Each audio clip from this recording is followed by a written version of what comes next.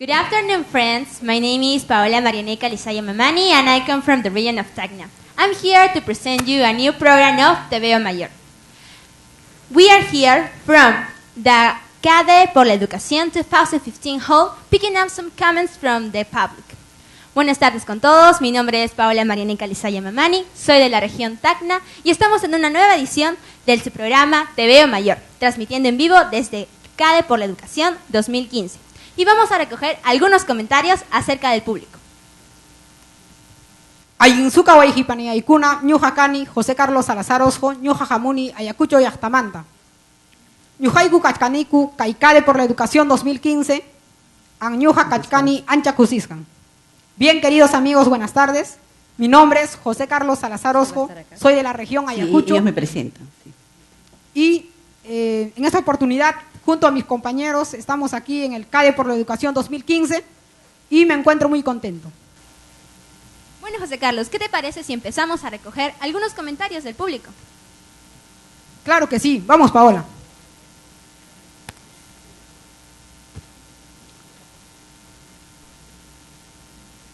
Bien, buenas tardes. ¿Cuál es su nombre?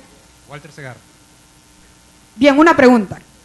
¿Qué le parece a usted la propuesta educativa del Colegio Mayor? Una propuesta muy innovadora, ahora que comenzamos, debería continuar por todos los gobiernos que pasemos, ¿no? Bien, muchas gracias. Muy bien, José Carlos. Y a ver, aquí también tenemos a una... Disculpe, ¿cuál es su nombre? Lucía Llosa. Muy bien. Díganos, señora Lucía, ¿qué es lo que opina usted acerca de la propuesta educativa del Colegio Mayor? Creo que es una excelente iniciativa y que no debería ser una iniciativa solamente de este gobierno y del anterior, sino seguir y tener muy buenos estudiantes de secundaria que puedan luego ser muy buenos profesionales o técnicos. Muchísimas gracias por sus comentarios. Entonces, José Carlos, ¿qué te parece si empezamos a recoger comentarios y a saber qué es lo que pasa en el otro extremo de la sala con nuestro compañero Luis Paredes? Adelante, Luis. Así es, Paola y José Carlos. Muy buenas tardes con todos ustedes, amigos. Mi nombre es Luis Enrique Paredes Guerra, desde Lima. Y bueno, nos encontramos recorriendo la sala del CADE por la Educación 2015 en nuestra encuesta sobre el Colegio Mayor. Muy buenas tardes. ¿Cuál es su nombre? Gaby Amas. Gaby Amas. Díganos, ¿qué sabe sobre el Colegio Mayor? Me has agarrado fría, mira, ni siquiera me da cuenta.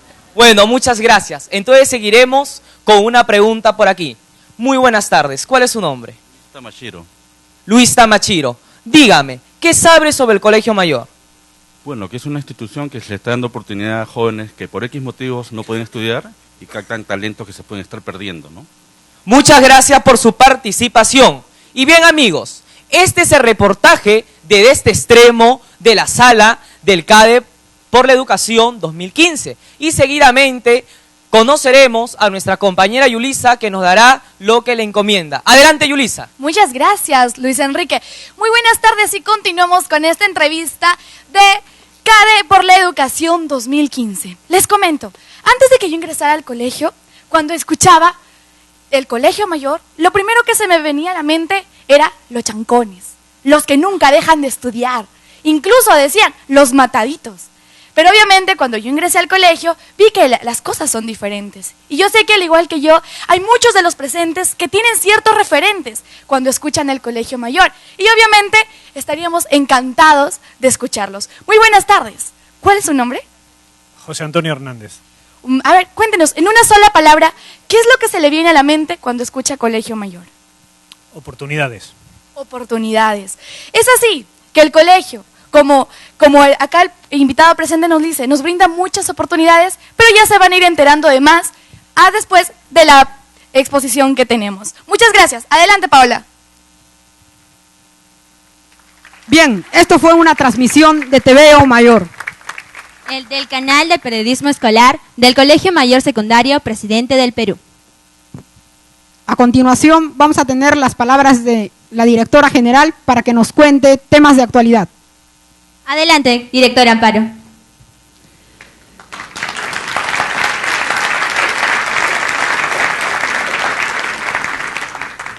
Gracias, Yulisa, Paola, Luis, José Carlos, por recordarnos realmente que ustedes son la razón de esta reunión. También, María Isabel, durante esta mañana hemos pensado en que los estudiantes tienen que estar presentes, y aquí los tenemos. Muy buenas tardes a todos los que nos acompañan en este CADE por la educación. En primer lugar, quisiera agradecer a la señora María Isabel León, presidenta de la comisión organizadora, al señor Gonzalo Aguirre, presidente de IPAE, y a todo el equipo que los acompaña por darnos esta oportunidad de compartir una grata y enriquecedora experiencia como es la del Colegio Mayor Secundario Presidente del Perú, COAR Lima. Empezaré esta presentación suscribiendo una afirmación muy conocida por todos. La educación es la única vía para romper el círculo vicioso de la pobreza. Desde la experiencia del Colegio Mayor podemos decir que la educación es, además, la herramienta que puede transformar la vida de las personas, de sus familias, de su comunidad y la mejora de la productividad económica de nuestro país. El día de hoy estamos aquí para contar lo aprendido en más de 5 años de vida institucional como Colegio Mayor.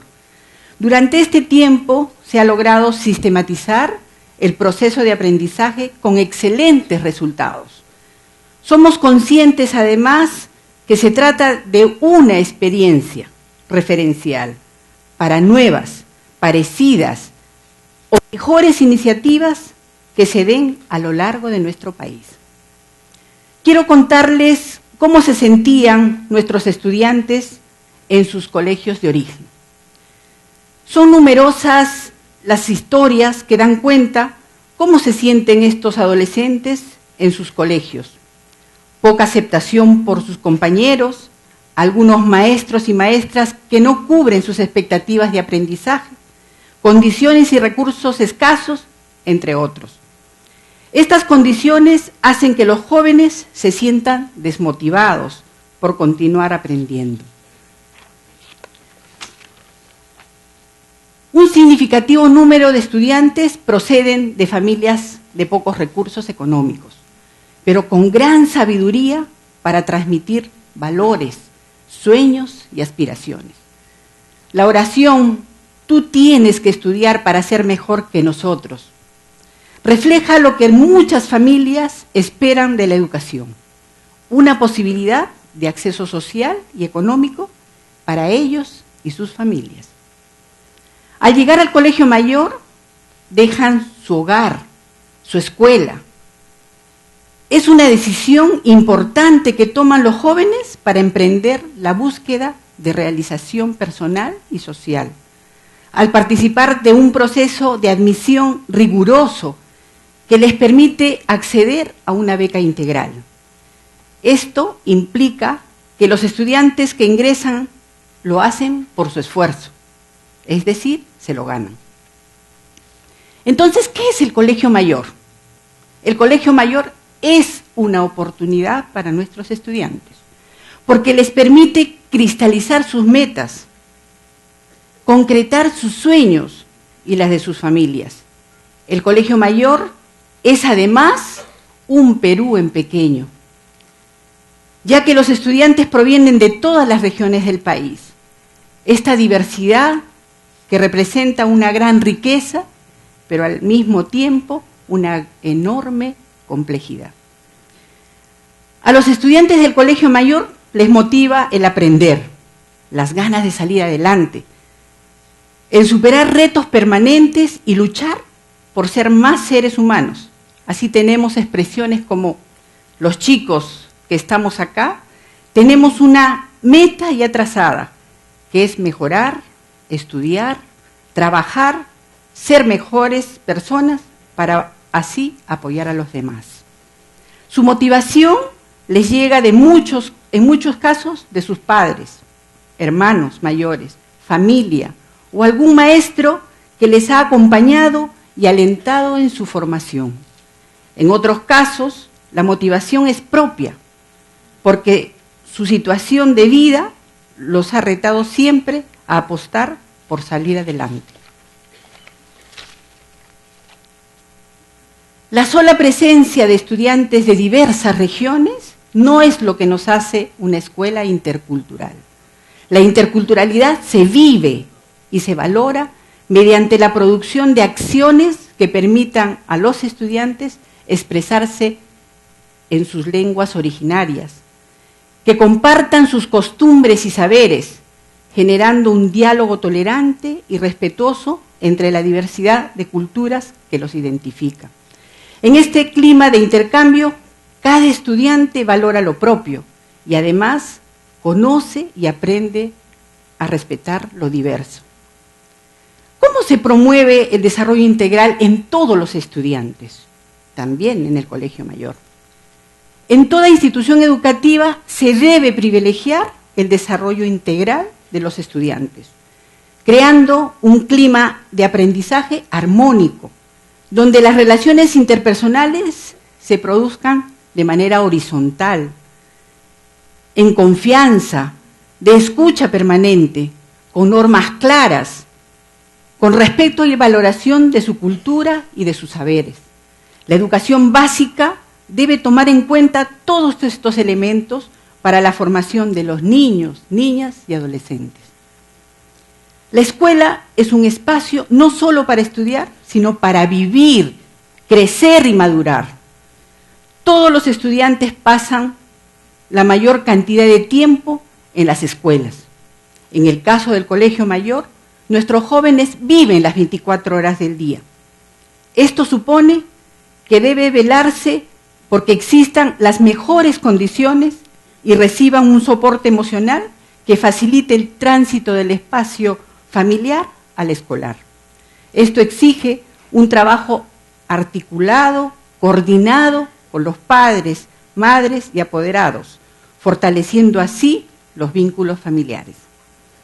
Ver crecer, desarrollar y acompañar la vida de muchos adolescentes en su historia académica, familiar, psicológica y de salud no es una tarea fácil.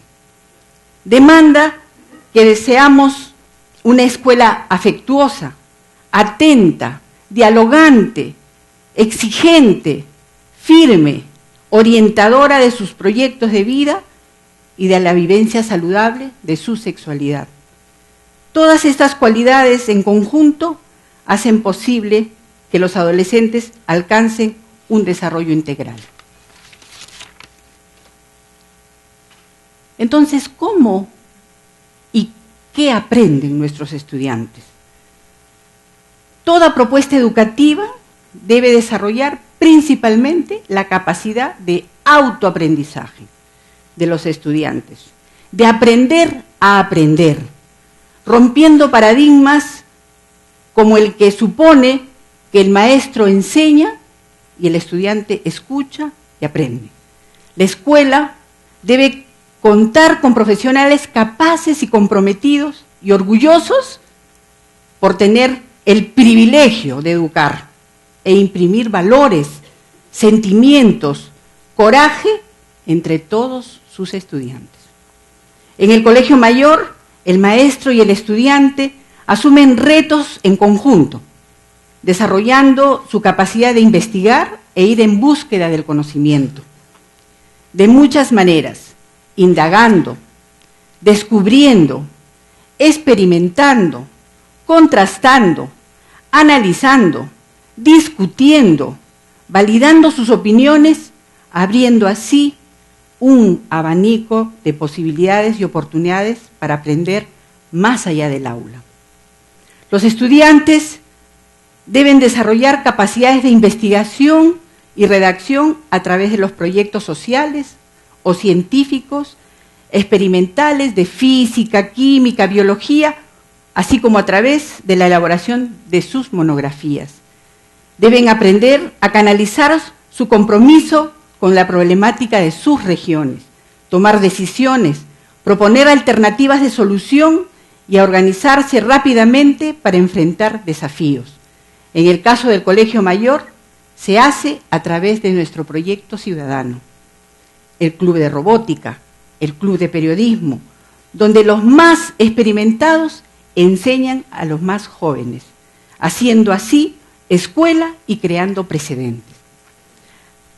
Deben además desarrollar la capacidad de búsqueda rigurosa de información, capacidad crítica de expresión y sustentación de argumentos, poniendo en práctica una sana competencia entre escuelas tanto públicas como privadas, haciendo que sean evaluados por profesionales externos y a través de expresiones de experiencias como los del Club de Robótica. El Club de Debate. También deben ejercitar su capacidad de organización y liderazgo a través de la participación de programas que les permita fomentar y desarrollar las habilidades de emprendimiento. Deben aprender el inglés y el manejo de la tecnología, herramientas indispensables para acceder rápidamente al mercado laboral. En el caso del Colegio Mayor, el presente año nuestros estudiantes obtendrán una certificación internacional. Esto será posible por los convenios firmados con Cisco y el Colegio Mayor, y la Universidad de Cambridge y el Ministerio de Educación. ¿Qué capacidades entonces deben lograr todos los estudiantes al concluir el 5º año de educación secundaria?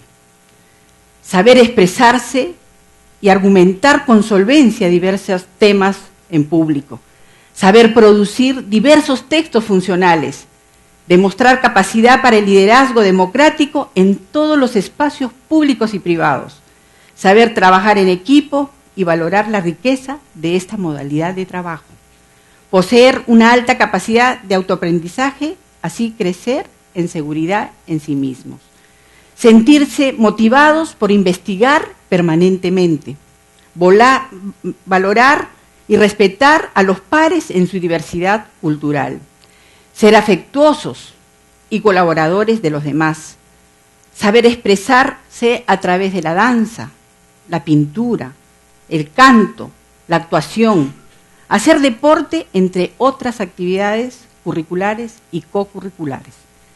De esta manera, todos los jóvenes estarán preparados no solo para enfrentar los retos de la universidad o de la educación superior, sino también para afrontar los retos que le depara su propia vida.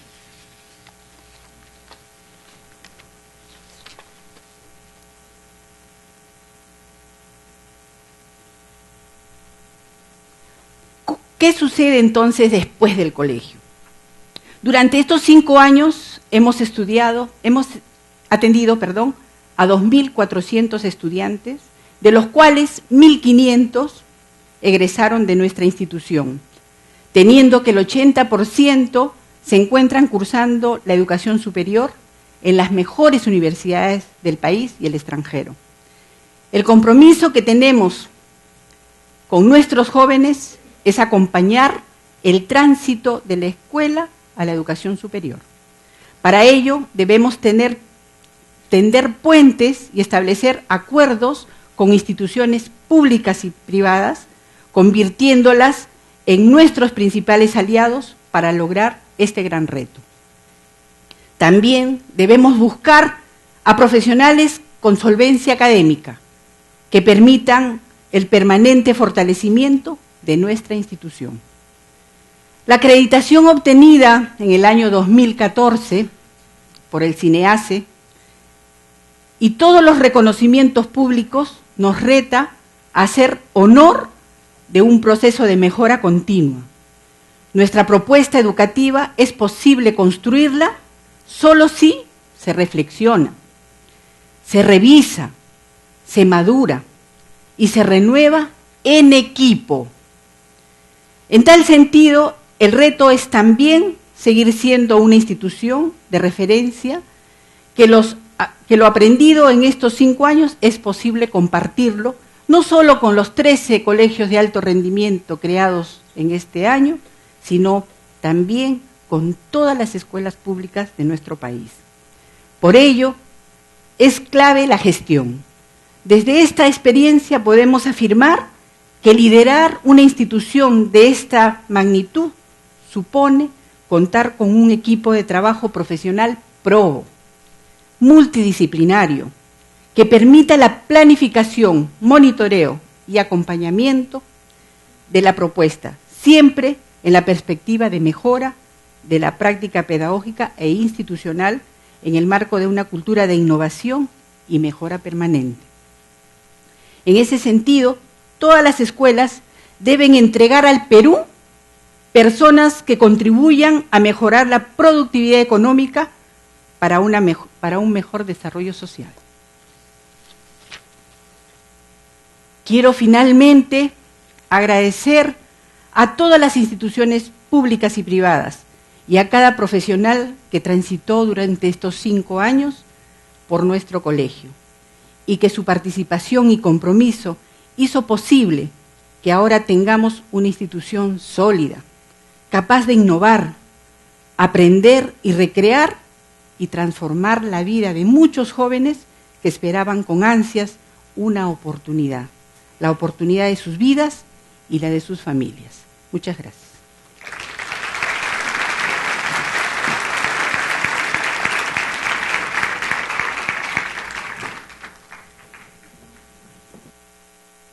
Agradecemos la presentación de la señora Amparo Muguruza, directora del Colegio de Alto Rendimiento de Lima, Colegio Mayor. Me indica que tiene un video. Señora Muguruza.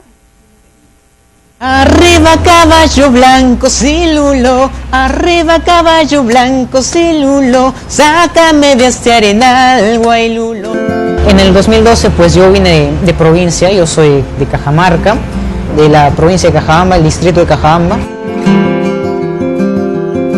El Colegio Mayor me ha dado, bueno, una perspectiva más holística de lo que es la educación, de tal manera que ahora soy un poco más suelto, más sociable, tengo talentos artísticos, sé cantar, toco la guitarra y todo eso lo he aprendido en el Colegio Mayor, ¿no? Claro, muy aparte de los conocimientos académicos, que por cierto son de mayor nivel que una educación regular.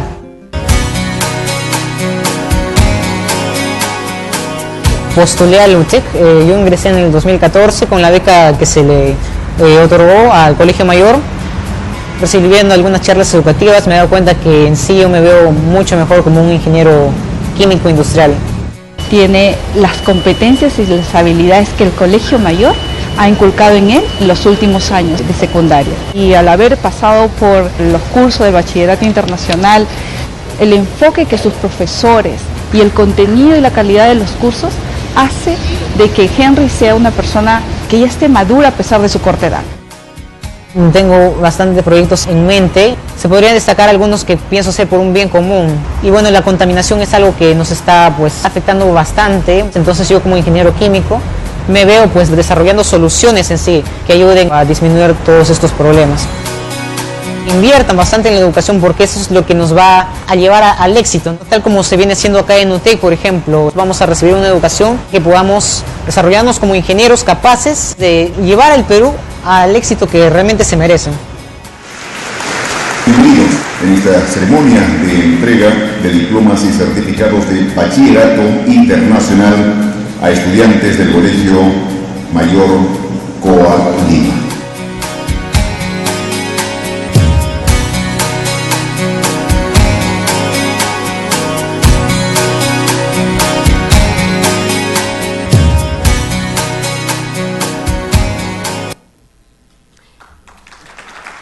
De esta manera hemos conocido la experiencia del Colegio Mayor. Ahora es el turno de David Bautman, director de ProRural.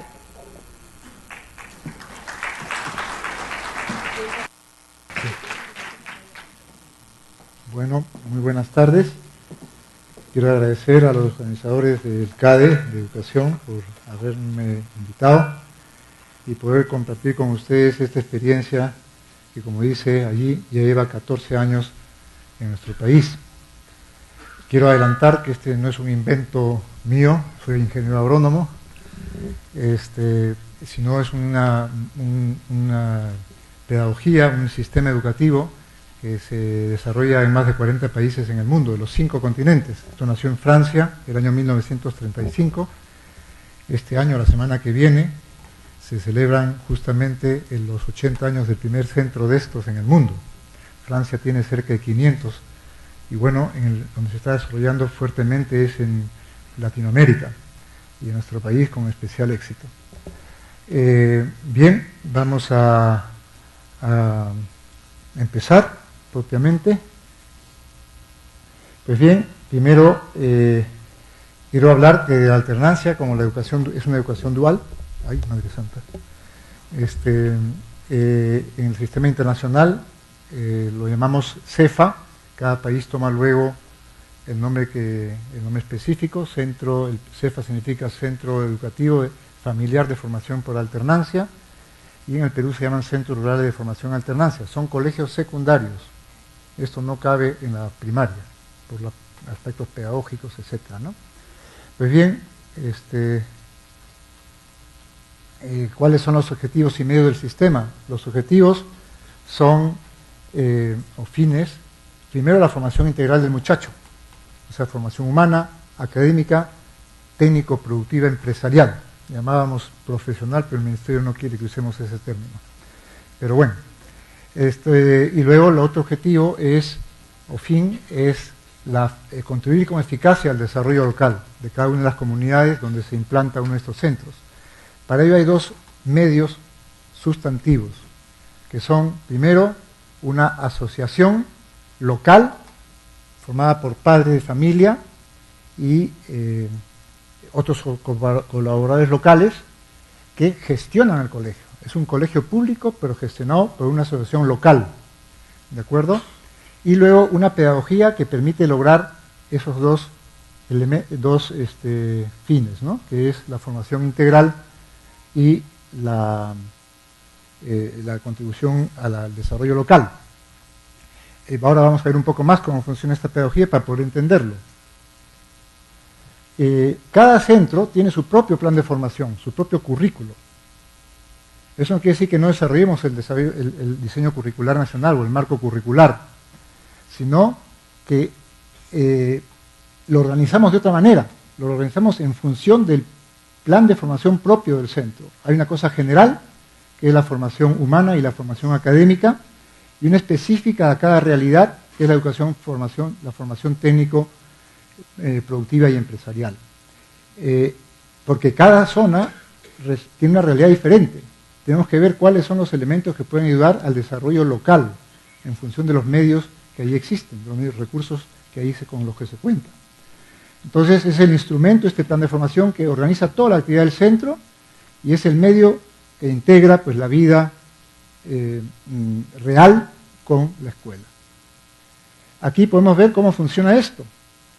El chico pasa 2 semanas en el centro de formación y 2 semanas en el espacio socioeconómico, socioprofesional, sociolaboral, sociofamiliar, como queramos llamarle.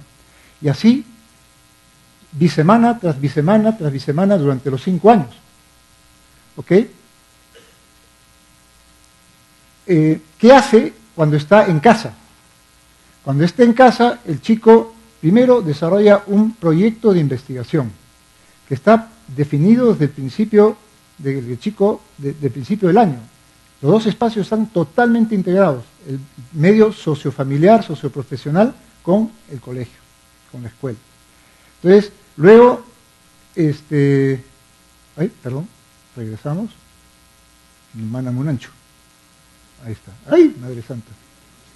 Bueno, bien. Luego, decía yo, se dedica a investigar. ¿Ok? Luego, desarrolla un proyecto productivo. O sea, todos los chicos de primero secundaria tienen un proyecto productivo, que cada uno lo escoge. En primero secundaria, de repente agarran 3 cuyes, por decir así. Entonces empiezan a llevar registros, la palabra mercado les empieza a sonar, etcétera. Luego, ay Dios mío, estoy un poco experto en estas lides. Tengo que ir al colegio mayor. Ya. Bueno, entonces, ay, Madre Santa. Bien, luego un monitor, así le llamamos a los profesores, visita a la familia en el periodo que el chico está en casa. y trabaja con el chico y con la familia. Y puede estar caminar incluso 3 y 4 horas para visitar esa y alguna otra familia. ¿Ok? Así es nuestro país, ¿qué vamos a hacerle? Luego regresa al colegio y ¿qué hace? Desarrolla las áreas académicas y unos instrumentos propios de esta pedagogía, ¿no? Que permite una socialización y una capacidad crítica fuera de lo común, una capacidad de análisis fuera de lo común. Además de ello, entonces están estrechamente relacionadas las áreas académicas con esos instrumentos de alternancia, con lo que ha hecho en esos 15 días, esas 2 semanas anteriores en casa, o en el medio comunal, o en el medio profesional. Luego hay tutorías individuales, la tutoría es fundamental, hacen 2 tutorías por estancia, y luego es el ámbito de socialización. La convivencia es fundamental. Ahí además están todos los componentes pues, del afecto, del interés mutuo, del intercambio, del respeto mutuo, del saber escuchar, del saber respetar la opinión ajena, etc. Las responsabilidades o los encargos que desarrollan, etc. Los proyectos productivos y planes de negocio que se desarrollan, el plan de negocio lo elaboran el último año, en quinto de secundaria. Un plan de negocio con todos los componentes de un plan de negocio. Estudio de mercado, estudio técnico, estudio financiero, etcétera, ¿no? Y lo sustentan ante un público, ante un jurado externo. Entonces, ¿qué promueven los proyectos? El emprendimiento en cualquier sector productivo, ¿no? Aunque tenga cada uno de ellos, el centro tenga una orientación muy definida, por decir así, agropecuaria o turística, los chicos seleccionan sus propios proyectos aunque no tengan que ver con ello, especialmente los planes de negocio. Los chicos ellos tienen que desarrollar una capacidad para ver dónde hay una oportunidad de negocio. Entonces llega, por supuesto, la innovación tecnológica. Yo he trabajado muchísimos años en extensión agrícola, en educación de adultos del campo. Y les digo, se va muchísimo más rápido por esta ruta, entrando por los chicos. Porque ¿quién es el que cuida el proyecto productivo cuando el chico está en la escuela? La familia. Entonces traspasas tecnología e innovación de modo súper interesante. Y luego es una forma de generación de ingresos. Vamos a ver más adelante cómo los chicos siguen estudios universitarios, muchos de ellos, o técnicos. ¿Y cómo financian esos estudios? Por más que sean gratuitos la educación del Estado, porque tienen que irse a una ciudad, vivir allá, etcétera, con los recursos que les genera estos proyectos productivos. ¿Qué es lo más importante acá? Hemos hablado ya de la parte pedagógica. Es lo sustantivo en cualquier organización educativa, no solamente la pedagogía, por más acertada y moderna y revolucionaria, sino la gestión. ¿Y a quién gestiona estos centros? Las propias asociaciones que hablaba hace yo un rato. Los padres de familia y otros colaboradores locales que forman una asociación específica, registrada en registros públicos. El Estado entrega a esa asociación un colegio público para que lo gestione. ¿Campesinos? Sí, campesinos. No hay que tener miedo a eso. Yo doy gracias a Dios que toda mi vida he trabajado con gente del campo, de pequeños productores de costa y comunidades campesinas de la sierra, y esto funciona. Y funciona no solamente aquí, funciona en 40 países del mundo. Entonces, ¿qué hace los padres de familia?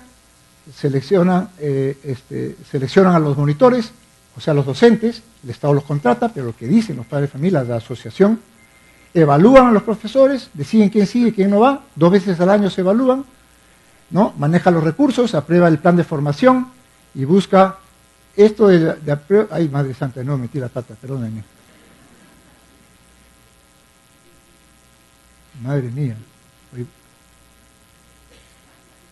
Uy, Jesús, eso es para saber que estoy atrasado. Bueno, bien, entonces busca alianzas que faciliten los recursos. ¿Sí?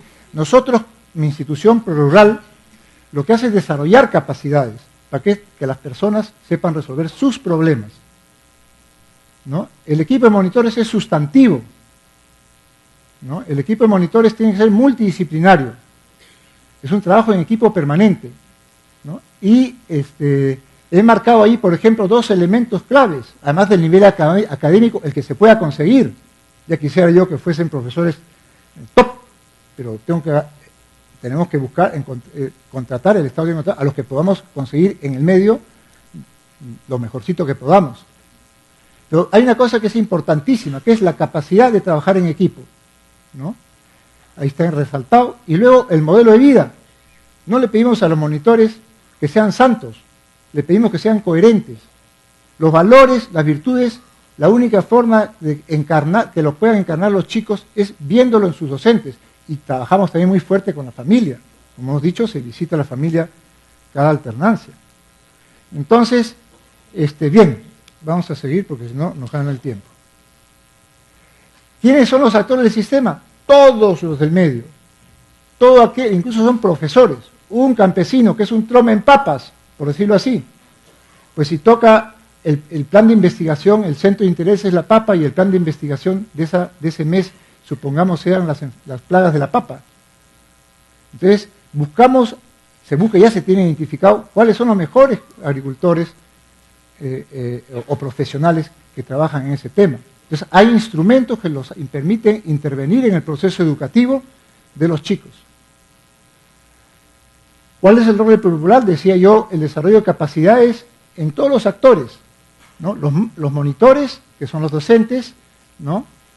Y todos en formación en servicio, requieren, lo que tenemos que hacer muchas veces es borrar el disco duro y volver a reorientar sus habilidades pedagógicas, si las tienen, si no en todo caso habrá que crearlas. La asociación de padres de familia, por supuesto, que son los que gestionan, y tenemos una permanente evaluación y monitoreo, y si queremos llamarlo acompañamiento. Eso es lo que está ahora en el Perú. Bueno, estos son 46 centros, somos 3 instituciones que trabajamos en esto. ProRural, empezamos, tenemos 41 centros que damos soporte técnico. ADEAS Joyana, una institución local de Cotabambas y Chumbivilcas, aliada, que tiene 5 centros, y el Estado que tiene 17. Entonces, dice aquí, esperamos que el 2017 sean 5.625 estudiantes, son colegios algunos que están recién empezando, y luego, pues bien, estamos en 11 regiones del Perú. En cuanto a la equidad de género, el 37% son chicas, ¿no? Ahí son un aula, esto es en Santa Marta, en Guayabamba, ven el de la derecha abajo, y de la izquierda es Piura, ¿no? La modalidad, podemos decir los egresados, de total el 55% continúa estudios terciarios, es altísimo para lo que significa el medio rural. El 50% de ellos continúa estudios técnicos. Tanto preocupa aquí el tema. Claro, el problema es el nivel de las instituciones donde a veces se educan, ¿no? Pero sí tienen esa tendencia que yo creo que es muy útil. El 100% de los egresados se encuentra estudiando y trabajando de manera dependiente o independiente. Dice, ustedes dirán 100% es exagerado. Bueno, en el momento que hemos hecho esa foto de 18 centros, estaban así. Y el 41% de los egresados está ejecutando su plan de negocios, el 6% su familia, el 30% lo ejecutó y el 22% nunca lo hizo. Pero es interesantísimo. Miren ustedes, son 47% de chicos desarrolló su plan o desarrolla su plan de negocios. El impacto en la familia y comunidad, jóvenes capaces, laboriosos, críticos, propositivos. Capacidad de análisis, vuelvo a insistir, muy interesante, que llama la atención, maduros, y luego fundamentalmente saben trabajar en equipo. Los proyectos productivos, en fin, están además, sí, me queda tiempo, gracias a Dios. Proyectos productivos que involucran a la familia, mejoras tecnológicas y empresariales, viviendas saludables. Este no es un simple desarrollo, propuesta educativa, es una propuesta de desarrollo rural, de desarrollo local. O sea, las mejoras que se logran en el seno de la familia, en la calidad de vida, son significativas. La mejora en las relaciones familiares, comunicación entre padres e hijos y entre marido y mujer. De repente, casos pues, en que el marido toma demasiado, o la mujer incluso, ¿no? Pues eso se reduce significativamente, o desaparece, o el marido que le pega a la mujer, pues deja de pegarle. Es así la realidad. buenas prácticas, higiene, orden, limpieza, y luego valoración de la educación de las chicas. ¿Qué hace falta para consolidar la propuesta? Primero, contratación de profesionales no docentes. Quiero señalar lo siguiente. El Estado ya se compró el pleito, el Ministerio de Educación. En los últimos 2 años ha puesto un montón de recursos. Incluso 3.800.000 soles se están aplicando para desarrollar una segunda especialidad en educación en alternancia que estamos trabajando con Monterrico. El Estado quiere que esto crezca, que quiere que crezca bien. Entonces la primera cosa, si queremos que funcione bien, hay que modificar algunas normas. Yo lo siento. Lamentablemente no creo que lo logremos con este gobierno, por una razón sencilla, porque ellos el anterior y han parido la ley de la reforma magisterial. De eso hay que hacer modificaciones en ella. Si no, no podemos contratar profesionales técnicos. Si damos formación técnico-productiva y empresarial, necesitamos gente que no sea docente, porque no hay las especialidades, o las especialidades que se dan, tenemos gente muy mal formada. Tenemos que tener libertad para... si no, ¿dónde vamos con esto? No se puede. Se logra, pero a punta de golpes, a punta de demoras en la contratación, a veces 1 o 2 meses más tarde, cuando ya empezaron las actividades académicas. Hace falta un régimen especial, porque esta gente, los monitores, trabajan y viven en los centros. Entonces, ya de hecho existe eso, pero eso hay que normarlo, ¿no? Son gente de dedicación exclusiva, no pueden cachuelear para mejorar sus ingresos. Hemos logrado una cosa fundamental. Este año se ha subido 25% el ingreso a todos el sueldo, vamos a llamarlo así, a todos los monitores. Pero eso es corto, sigue siendo muy poco. Entonces, luego la plena participación de los padres de familia. Ha salido ya una norma que regula todo esto. Ahora tiene que salir la norma técnica. Lo primero se llaman los lineamientos. Y ahora hace falta la norma técnica que regula esos lineamientos. Entonces, ahí tiene que respetarse lo que es esencial para este sistema educativo, que es la gestión por los padres y otros actores locales. Amigos, hay colegios que de repente en 5 años no ha ido, por decir, quizá exagero, ¿no? Un inspector, por decir así, un supervisor, un especialista de la UGEL a visitar tal y cual escuela primaria o colegio secundario. El colegio secundario es más difícil porque están casi siempre en las capitales de distrito. Pero sí escuelas primarias. Estos colegios también están perdidos entre los cerros. Entonces, ¿qué hacen los docentes si no los visitan? Si no intervienen los padres de familia en el manejo del centro, o los inspectores de educación los van a visitar de vez en cuando. Hacen lo que le da la gana. Y así se tiene cómo está la educación en el país. Hace falta audazmente, hace falta una tercerización total. Solamente pongo un ejemplo. Bueno, gracias a Dios este año el Ministerio ha contratado una consultoría de más de 800.000 soles que la ha ganado el consorcio San Agustín, que van a evaluar todos los centros del país, los 63. Ahí van a salir resultados muy interesantes. Y va a demostrar, les aseguro, que el Estado no está capacitado para llevar esto adelante. Tiene que fiarse de terceros, tiene que fiarse de la sociedad civil. ¿Y qué tiene que hacer el Estado? Lo que dice ahí, un trato equitativo, porque son colegios públicos, y exigir resultados, evaluar resultados. Eso que haga, si funciona, no como dicen los gringos, oye, si funciona no lo arregles, déjalo andar. Empoderemos a los padres. Lo primero que quiere el padre, ¿qué es? Calidad. Quiere que su hijo tenga éxito en la vida. Bueno, y aquí están los reconocimientos que ha tenido el sistema, ¿no? El último ha sido este de la WISE, World Innovation Summit for Education, de la Fundación Qatar, de 140 propuestas a nivel mundial. 15 fueron calificadas, de esas 15 fueron visitadas por gente especialistas contratados de una organización norteamericana, con sede en varias partes, Partner Group, de diferentes partes con oficinas de diferentes partes del mundo, y evaluaron esas 15 iniciativas, y 6 fueron premiadas, una de ellas en la misma Finlandia.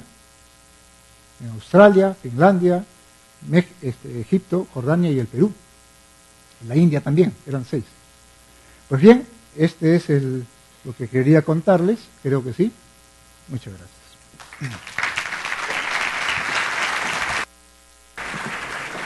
Agradecemos a David Bautman, director de ProRural, y finalizamos esta sesión, un país en crecimiento, sentando las bases desde la educación básica, con la exposición de León Trattenberg, promotor y líder pedagógico del Colegio Ale. Gracias.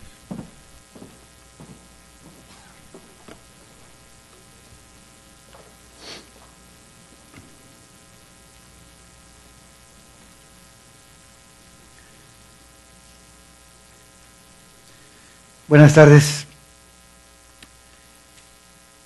De alguna manera parecería haber un sentido común que dice algo así como que los jóvenes que no se adecúan al mercado de trabajo requieren una capacitación específica en habilidades blandas, que deben adquirirlas hacia la secundaria, al final de la secundaria o en la universidad o en los institutos para que puedan encajar mejor con las expectativas del mercado de trabajo para poder conseguir trabajo y satisfacer los requerimientos de las empresas.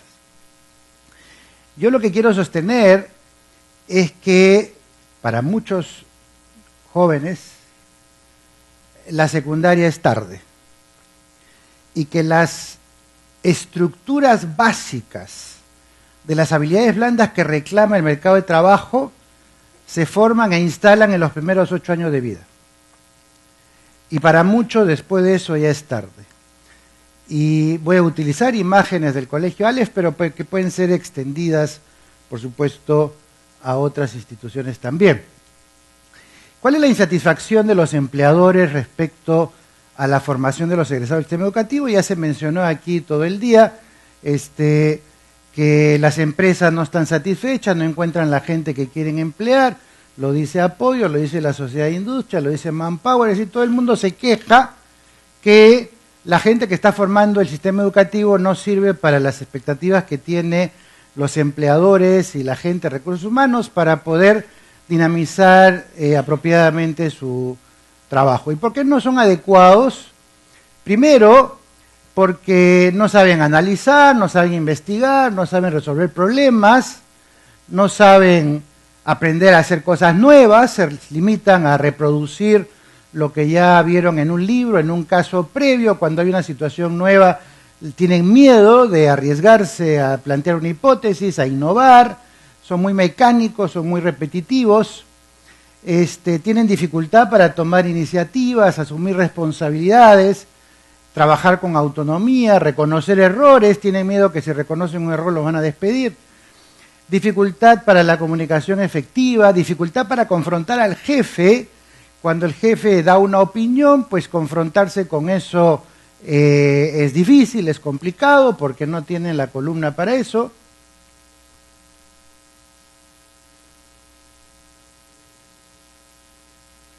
Dificultad para pensar en el bienestar del conjunto, cooperar, resolver conflictos, y dificultad para gestionar entornos de complejidad interdisciplinarios y pensar en lo desconocido.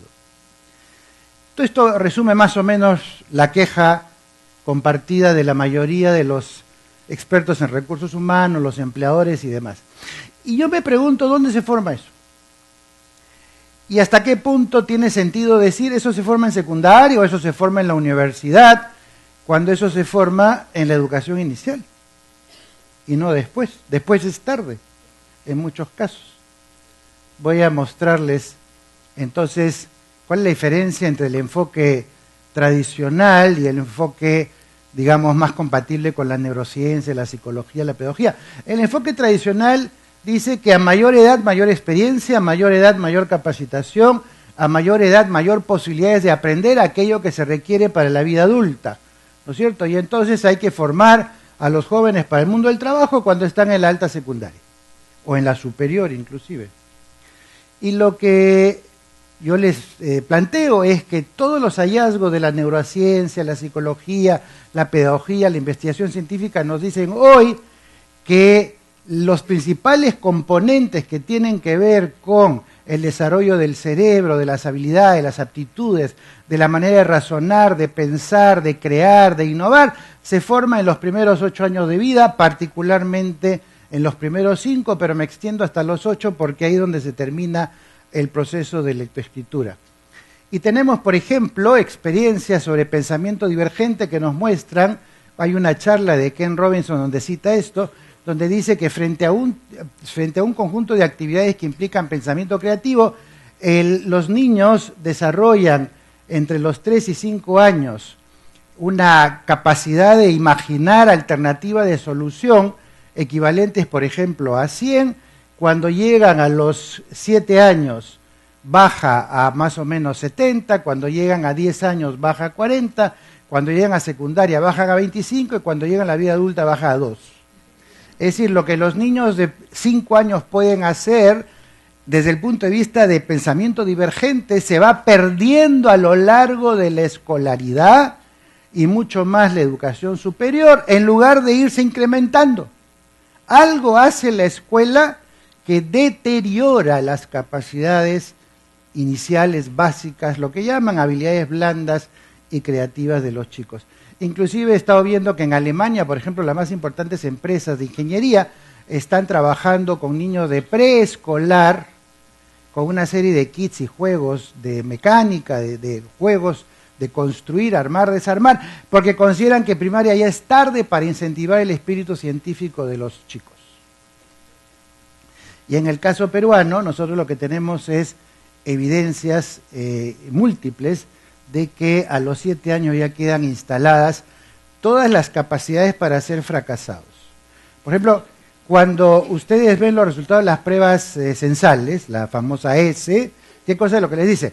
En segundo grado, 70% de los niños no saben la aritmética básica y 60% de los niños en segundo grado no comprenden lo que leen. Ahora, como no se hace ningún trabajo remedial después, esos no van a corregir sus deficiencias después, simplemente están condenados al fracaso. Y los que ya llegaron a segundo grado con ese nivel de ineficiencia, de alguna manera nos deberían llevar a preguntar, bueno, ¿y entonces en qué perdimos el tiempo? O sea, ¿qué pasa que a los 7 años todavía no logran esas habilidades que son el sustrato básico de todo lo que va a venir después? Y entonces ahí hay un tema que tiene que ver con un trabajo que hay que hacer en los primeros años de vida que nos está haciendo y que afecta después todo el recorrido futuro de los chicos. Dicho sea de paso, la mayoría de los problemas de aprendizaje se instalaron a los 7 años. La mayoría de los problemas de TDAH, dislexia y otros que producen problemas de aprendizaje y socialización se instalaron hacia los 7 años. La mayoría de las fobias a la matemática se instalaron a los 7 años. La mayoría de los displaceres con la lectura se instalaron a los 7 años. ¿Y después quién corrige eso? La gente se queja que los niños no leen. ¿Por qué van a leer? Si los obligan a leer a los 5 años, no están listos. La gente se queja que no saben matemáticas o que odian la matemática, cuando claro, les exigen que a los 5 o 6 años hagan cosas que no están a su alcance. Porque solamente se está pensando en el tercio superior de aquellos niños que en algunas funciones ya están maduros para poder aprender más tempranamente a leer, a escribir o a hacer aritmética. Y el 2/3 restante que se reviente, porque no son iguales a ese tercio superior. Y estoy hablando de un tercio solamente en términos genéricos. A lo que me refiero es a que la dificultad de entender las diferencias entre los niños condena al fracaso a la mayoría y privilegia a algunos cuantos que por razones naturales pueden avanzar más rápido. Todo esto que va a ocurrir hasta los 7 años, ustedes lo van a cosechar después cuando tenga 25 años el egresado. Porque si esas habilidades no han sido bien instaladas, después no se corrigen, después simplemente se reiteran. Y ese joven, cuando entre a la universidad, va a tener el mismo perfil del que se quejan los reclutadores de gente, y cuando se convierte en un profesional, por supuesto que va a repetir las mismas carencias. Yo lo que quiero mostrarles es cómo se puede trabajar desde la educación inicial en adelante para ir cultivando esas habilidades, ¿no? Por ejemplo, a partir, por supuesto, de imágenes que tengo del Colegio Ales, pero como digo, las uso como referencia más que para hacer solamente propaganda al colegio. Primero, tenemos la opción entre seguir rígidamente los caminos preestablecidos por otros en los programas, en los libros, en los textos, en las guías y demás, o tenemos la posibilidad de ayudar a los chicos a que se arriesguen a buscar de manera autónoma opciones alternativas frente a un tema. Por ejemplo, la opción rígida, que es la usual, hace 200 años y sigue hasta hoy, con los ejercicios preestablecidos, la enseñanza programada y todo lo demás, versus la posibilidad de que los niños piensen. Miren, los niños pueden pensar. Fíjense, les damos a los niños unas naranjas y les pedimos que representen la naranja. Y entonces los chicos pueden hacer un círculo, uno se pregunta ¿y qué pasa con la cáscara? ¿Y qué pasa con la pepita? ¿Y por qué la naranja tiene que ser de este color? ¿Y por qué no del otro? ¿Y por qué tiene esta forma? ¿Y qué tal si la representamos y hacemos un dibujo de una naranja desde los ojos del niño que está introduciendo sus conceptos y su creatividad en este producto? Trabaja en equipo. Después formulan hipótesis para ver cómo perfeccionan el diseño y finalmente producen el diseño de lo que para ellos es una naranja, con un criterio de creatividad, con un criterio de razonamiento, con un criterio de hacer insight con respecto a su pensamiento y no simplemente reproducir como si fuera una fotografía la naranja que le puso la profesora. Otro ejemplo, tienen ustedes las especialidades segmentadas, ¿no es cierto?, de la formación tradicional. Uno estudia carreras por separado, la ingeniería civil, ingeniería mecánica, ingeniería electrónica, ingeniería geológica, todas son distintas, la arquitectura, la psicología, estamos acostumbrados a crear carreras, tantas carreras como se nos ocurran especialidades, en lugar de integrar. Por ejemplo, puede ser bioinformática, puede ser biomecatrónica, que son carreras donde se integran disciplinas y cada vez más las carreras integran disciplinas en lugar de desintegrarlas. ¿Pero qué hace el currículo escolar? El currículo se dedica a desintegrar lo más posible la realidad de tal manera que haya tantos cursos como especialistas tenga el ministerio en cada una de las áreas, de tal manera que puedan nutrir su autoestima profesional, sabiendo de que su curso está presente en el currículo. Y mientras tanto, ¿quién integra todo eso? En lugar de hacerlo al revés, en lugar de integrarlo desde la escuela y que cada uno vaya a buscar en las disciplinas distintas aquella información que le resulte relevante para el proyecto que él tiene. En lugar de hacer del currículum salchichón que se corta en tantas tajadas como cursos se les ocurre, en el currículo más bien pensar en un tema de manera integrada. Supongamos que queremos estudiar las aves, digamos, del pantano. Entonces, lo tradicional, ¿qué cosa es decir? Eso corresponde a la zoología. Sin embargo, en realidad, el abordaje de las aves podría tener que ver con la historia, con la geografía, con la astronomía, con la economía, con la lingüística, con la religión, con todas las áreas. Por ejemplo, aquí tienen ustedes un grupo de niños que se van a explorar al pantano, identifican las cosas que les llaman la atención, observan las aves, analizan las aves, descubren, registran, hacen su bitácora, describen qué fue lo que experimentaron, lo que vivieron y demás.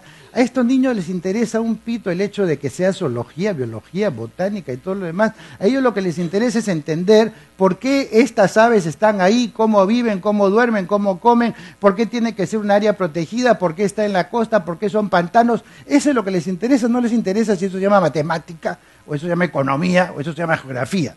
Sin embargo, no les dan esa oportunidad a la hora de diseñar los currículos tradicionales y lo que hay que hacer es romper con eso. En el futuro lo que vamos a tener es gente que no va a ir a visitar los pantanos o a analizar las aves simplemente porque son personas que corresponden al mundo de la biología o la zoología, sino cualquier aficionado puede perfectamente disfrutar de lo que son las aves. Una tercera característica es, ¿qué preferimos? ¿Lo predecible, lo seguro o nos arriesgamos a lo impredecible? Entonces aquí tenemos, por ejemplo, lo predecible, el sílabus del libro, el texto programado con todos sus ejercicios, marca por aquí, marca por acá, di cuál es la correcta, di cuál es la farsa, como si eso fuera aprendizaje, en lugar de agarrar un objeto que les interesa, en este caso este escarabajo, lo analizan, lo dibujan, lo representan, lo convierten en un objeto de su interés, lo convierten en este caso en un objeto de arcilla y demás. Les aseguro que los alumnos aprenden mucho más de lo que es un escarabajo haciendo ese proceso que simplemente copiando el dibujito de un libro o contestando las preguntas. ¿Cuántas patas tiene el escarabajo? ¿De qué color es el escarabajo? En fin, ¿conoces? ¿Has comido un escarabajo? La investigación es fundamental, ¿no es cierto? Entonces, pero tienen que aprender a investigar. ¿Cuándo van a aprender a investigar? Si no tienen la posibilidad de enfrentar la investigación desde que son pequeñitos, desde que tienen 5 años. ¿Se quedan en la teoría o se van a la práctica? En este caso exploran la aplicación de sus ideas. Pueden quedarse en la teoría, muchos dibujitos, muchas fórmulas, muchos enunciados y todo lo demás, o pueden ir directamente a la práctica. Por ejemplo, un niño que analiza cómo es la cara, un niño que la representa, un niño que después va a graficar lo que ha representado, un niño que analiza a través de su radiografía cuáles son las partes del cuerpo y demás. Finalmente, es un niño que va a poder hacer a temprana edad lo que uno esperaría después que haga un profesional adulto. Siguiente, aprendizaje contextualizado o descontextualizado. La escuela les enseña qué cosa, cuáles son los componentes del fuego y qué pasa cuando hay combustión, el oxígeno con el CO2, etcétera, o van a una situación contextualizada.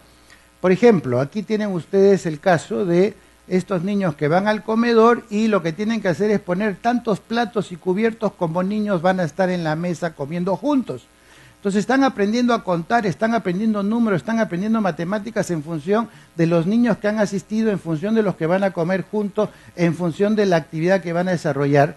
Aquí, por ejemplo, tienen ustedes la posibilidad de que los niños aprendan a sumar, restar, a multiplicar, dividir, utilizando simplemente palitos con frutas. ¿Cuántas frutas, cuántas uvas necesito si hay 5 niños? ¿Cuántos pedazos de piña, cuántos pedazos de fresas? Si cada fresa la divido en 2, ¿cuántas fresas necesito para hacer el anticucho? En fin, le dan contexto a lo que están aprendiendo. En el sistema electoral, cuando están en época de elecciones, perfectamente pueden simular las elecciones, van a elegir quién es su alcalde, quiénes son sus símbolos, quién va a ganar, por qué van a votar, qué propuesta tiene cada uno de los candidatos, y así sucesivamente simulan que ellos mismos votan, ponen su huella, van a la cámara secreta y finalmente escogen al alcalde del colegio. Otro ejemplo, ¿no? Estos niños estaban muy interesados en conocer quién es el hombre más alto del mundo, encuentran que este señor tiene 2,52 metros. ¿Qué significa 2,52 metros? Y entonces los niños empiezan a investigar a este señor, empiezan a analizar cómo se toman las unidades, si utilizo cucharas, si utilizo tijeras, después llevo a comparar si utilizo los pies como unidad de medida, empiezo a analizar, graficar mis datos, mi información, finalmente construyo en 2 dimensiones a este señor y finalmente lo cuelgo para ver qué es lo que equivale a 2,52 metros, qué significa 2,52 metros. Esos niños, por supuesto, que entienden mucho más de medición que si simplemente en su cuaderno le pongo 1.12 más 2.33, ¿cuánto es? ¿Qué significa eso? En cambio aquí han hecho todas las operaciones, pero en función de un objetivo que está contextualizado. La siguiente, la queja del trabajo individual frente al trabajo en equipo. Pueden trabajar de manera individual, dicho sea de paso, la mayoría de las carpetas de los colegios están hechas para que los alumnos no hablen entre sí, para que haya un espacio entre ellos, para que no se comuniquen, o pueden hacer perfectamente trabajo en equipo, y trabajar en equipo, investigar en equipo, conversar, compartir, disfrutar. Fíjense siempre en las fotos cómo los niños disfrutan, porque ustedes saben que uno de los pecados de los colegios es reírse. Si uno se ríe en el colegio está en falta, ¿no? Porque el colegio tiene que ser con la solemnidad de un cuartel, ¿no es cierto? Prohibido contar un chiste. El niño que cuenta un chiste hay que botarlo de clase. Es decir, un poco de humor, un poco de placer, no le viene mal a nuestros chicos que están formando su identidad. ¿Se sienten seguros en espacios convencionales o son capaces de adaptarse a espacios diversos? Acá, por ejemplo, tienen la escuela convencional, la maestra convencional, la pizarra convencional, los equipos convencionales. En cambio, tienen ustedes la posibilidad de que los chicos estén en espacios distintos, tienen espacios, tienen aulas, tienen posibilidad de trabajar con distintos materiales, tienen ahí espacios que simulan el hogar para que asuman distintos roles, la sala, el atelier, el pasadizo, la plaza, el aula. Este es un aula de clase, dicho sea de paso, que muchos cuando van al aula me dicen, oye, ¿dónde está la pizarra? Digo, ¿para qué necesitas una pizarra? Si eso es un lugar mucho más interesante y amable para aprender. Y finalmente pueden adaptarse a cualquier espacio. Todos los espacios son educativos y uno sabe cómo sacarles provecho. ¿Estamos educando para la competencia o estamos educando para la colaboración, para la armonía? ¿Estamos educando para que haya bullying, para que haya agresión, para que se diferencien, para que se excluyan? ¿O estamos educando para que colaboren, para que aprendan para más adelante a sumar esfuerzos, a colaborar, a parecerse a aquello que queremos que ocurra en el mundo adulto? ¿Estamos educando a la exclusión, a la discriminación o estamos educando a la inclusión? Para que todas las personas, en función de sus capacidades y sin importar las diferencias, puedan ser parte de un mismo mundo. Sin embargo, si les pedimos que redacten de esta manera, obviamente, claro, aplaudimos, pero todos los que escriben de otra manera automáticamente son excluidos. Y es que no pueden escribir pues como está ahí en la primera plana. ¿Y qué? ¿Por eso hay que excluirlos? ¿Por eso hay que ignorar las diferencias y las razones por las cuales no pueden escribir como uno aspiraría frente a un alumno que tiene facilidad para la redacción?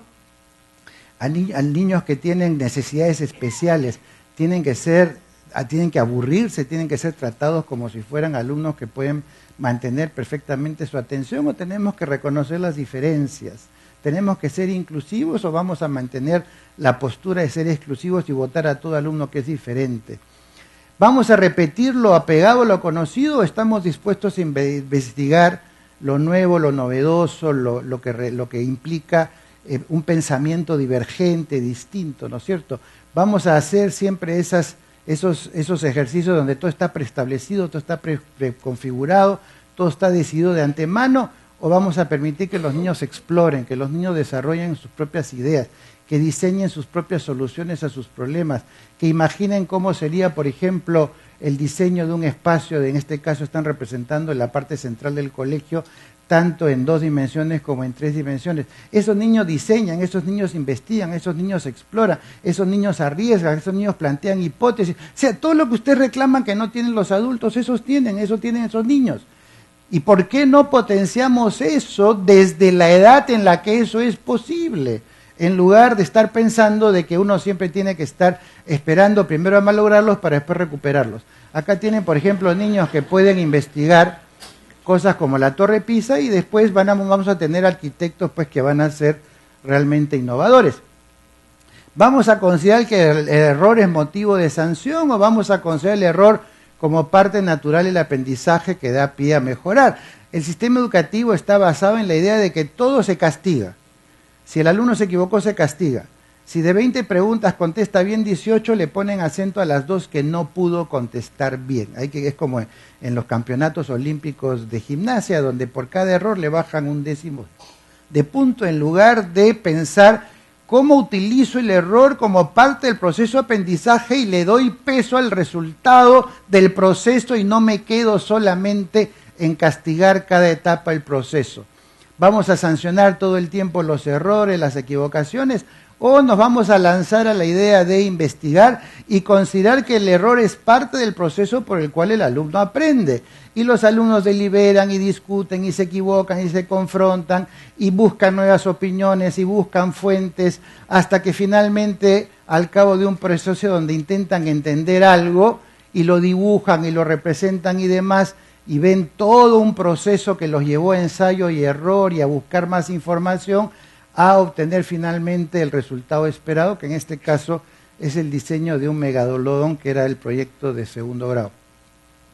¿Vamos a evaluar por resultados y premiar solamente por exámenes a los ganadores, o vamos a hacer una evaluación continua que va a ir evaluando el desempeño según una línea de base? Es decir, vamos a agarrar 25 alumnos y decir, estos 3 o 4 son los ganadores y todo lo demás son los perdedores.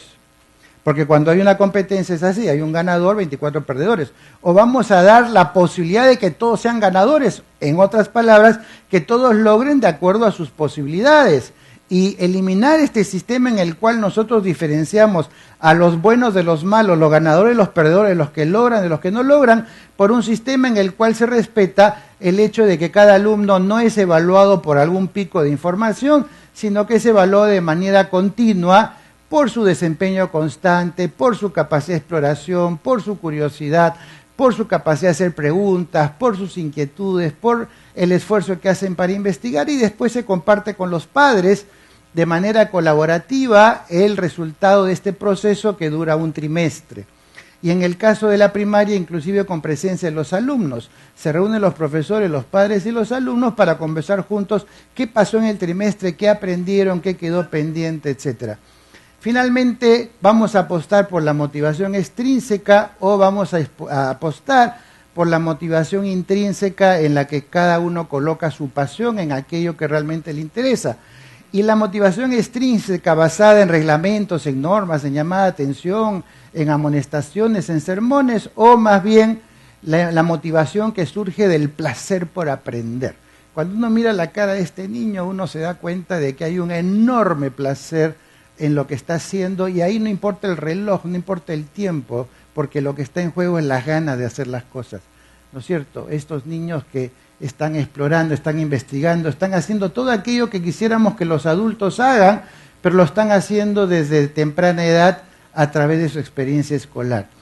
Y en suma, de lo que se trata es que realmente los niños disfruten de su vida escolar, pero además de disfrutar de su vida escolar, que sean niños horizontales, que sean niños comunicativos, que sientan que los adultos son adultos porque tienen más años, pero no porque cualitativamente sean seres humanos distintos a los niños. Y por lo tanto tiene que haber una relación de seguridad, de poder conversar libremente, de plantear sus puntos de vista, de no sentirse amenazados por los jefes o las autoridades, de no sentir que están en un cuartel haciendo formaciones, sino más bien que están en un mismo plano con sus profesores, en los que discuten, en los comparten, sostienen sus teorías, conversan, plantean sus hipótesis y demás, finalmente hacen sugerencias, recomendaciones y quieren compartirla. De tal manera que lo que quise mostrarles aquí con estas imágenes es que es perfectamente posible desarrollar todo lo que se quiere, todo lo que se reclama como carencia o insuficiencia de los profesionales y los egresados de la educación superior, se puede instalar y cultivar desde que los niños tienen entre 0 y 8 años. Es más, diría yo, que si lo instalamos ahí, después el camino va a ser mucho más fácil. Gracias.